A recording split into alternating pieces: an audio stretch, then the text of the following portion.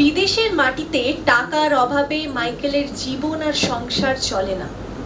অনাহারের দুশ্চিন্তায় জীবন উৎক্রান্ত। তাই একই মাসে কয়েকদিনের ব্যবধানে বিদ্যাসাগরকে চিঠি লেখেন মাইকেল। আর ধৈর্য মানে না, তাই 3টি চিঠি পর পর। 1864 সালের 2রা জুন, 9ই জুন এবং 18ই জুন মাইকেল মধুসূদন দত্ত চিঠি লেখেন বন্ধু বিদ্যাসাগরকে। নিজের মনের কথা, যন্ত্রণার কথা এবং বিদ্যাসাগরের প্রতি তার গভীর শ্রদ্ধা ব্যক্ত করেন ওই সব চিঠিগুলিতে। মাইকেল বলছে, তুমি একমাত্র ব্যক্তি যে আমাকে এই যন্ত্রণাদায়ক অবস্থা থেকে মুক্তি দিতে পারে। মাত্র 2 বছর আগে যখন আমি কলকাতা ছেড়ে এসেছিলাম, তখন ভাবতেই পারিনি কি কঠিন দুর্দশা আর ভোগান্তিতে পড়তে হবে। কলকাতায় লোকজন আমাদের সম্পর্কে নিশ্চয়ই তোমাকে মিথ্যা বলেছে। তাদের কথা বিশ্বাস করো না, আমার উপরে ভরসা রাখো।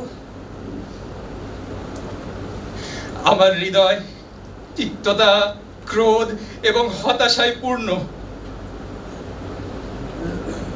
তাই তুমি এই নিস্তেজ চিঠির ভাষাকে মার্জনা করো। আমি আশা করি তুমি আমাকে চিঠি লিখবে,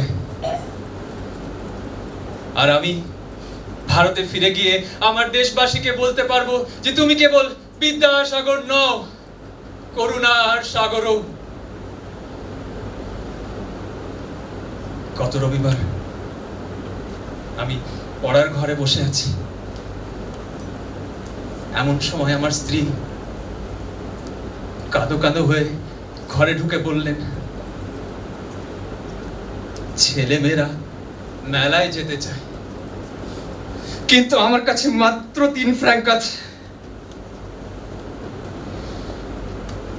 ও দেশের লোকেরা আমাদের প্রতি এমন নিষ্ঠুর ব্যবহার করছে কেন? আমি তার উত্তরে বললাম, আজই চিঠি পাবো সেই মানুষটির কাছ থেকে যার কাছে আমি আবেদন করেছি, যিনি অসামান্য প্রতিভাধর এবং প্রাচীন ঋষির মতো প্রজ্ঞাবান, যার শক্তি ইংরেজের মতো কিন্তু হৃদয় বাঙালি মায়ের। আমি ঠিক বলেছিলাম। ঘন্টা খানেক পর তোমার চিঠি এবং 1500 টাকা পেলাম।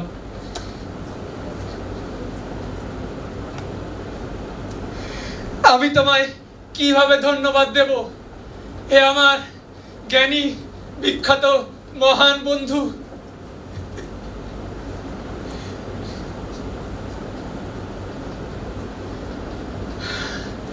তুমি আমায়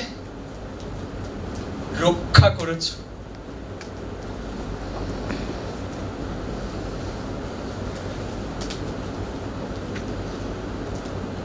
হেনরিয়েট তখন ফ্রান্সে। সংসার চালাবার কোনো টাকা পয়সা নেই। কলকাতা থেকে যে টাকাগুলো আসার কথা ছিল তাও আসছে না। ছোট ছোট সন্তানদের নিয়ে বিদেশের মাটিতে একা দিশেহারা হেনরিয়েট। তাই শেষ ভরসা বিদ্যাসাগর বাবু। ইচ্ছে না থাকলেও হাত পাততে বাধ্য হলো সে। চিঠিতে বিদ্যাসাগরকে লিখলেন, Respected Vidyasagar Babu, I write to you with deep anxiety regarding my husband, Mr. Michael Madhusudan Dutt. Our situation here has become extremely difficult. My husband, devoted as he is to his studies and literary works, finds himself surrounded by debts and pressing demands. We are strangers in this land and have little support. I fear without the assistance of his friends in Bengal.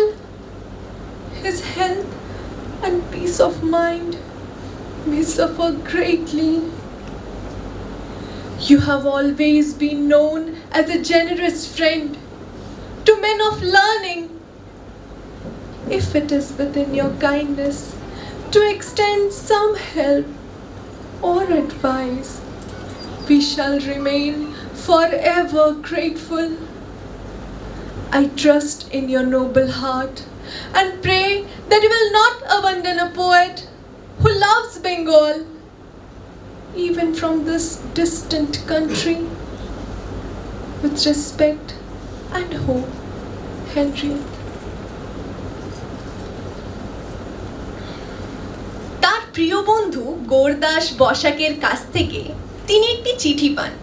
সে চিঠির জবাবে তিনি যা লেখেন তা থেকেও পুরনো মধু, যিনি এক মোহর দিয়ে চুল ছাটিয়ে অন্যের কাছে গর্ব করতে ভালোবাসতেন, সেই মধুর গলা অভ্রান্তভাবে শোনা যায়।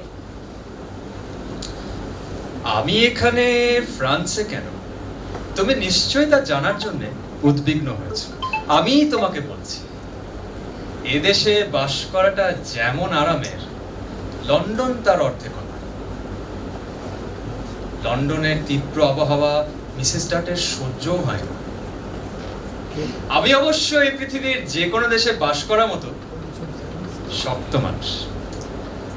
তাছাড়া সেখানকার তুলনায় এখানে ফরাসি এবং ইটালিয়ান ভাষা আয়ত্ত করার সুযোগ অনেক বেশি। আমি এখন এই দুটি ভাষা অবলীলার সঙ্গে লিখতে এবং পড়তে পারি। এই দুটি ভাষা ছাড়া আমি জার্মান ভাষাও শিখতে চাই, বস্তুত শিখতে আরম্ভও করেছি। সুতরাং যদি তুমি আমাকে আবার কোনোদিন দেখতে পাও, তাহলে শেষবার আমাদের যখন দেখা হয়েছে তার চেয়ে আমাকে একটু বেশি শিক্ষিত দেখতে পারো।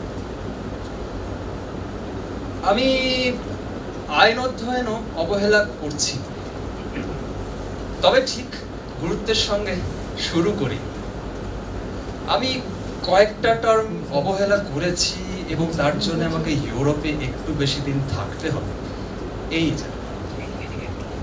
কিন্তু আমার তার জন্য কোনো আফসোস নেই। আহা, আমি যদি আমার সারা জীবন এখানে থাকতে পারতাম এবং বন্ধু বান্ধবদের সাথে মাঝে মধ্যে দেখা সাক্ষাতের জন্য ভারত যেতে পারতাম।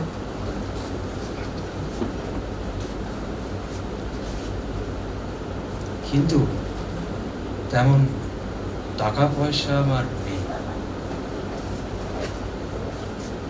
যদিও তার জন্য যে খুব একটা ধনী হবার দরকার আছে তা নয়।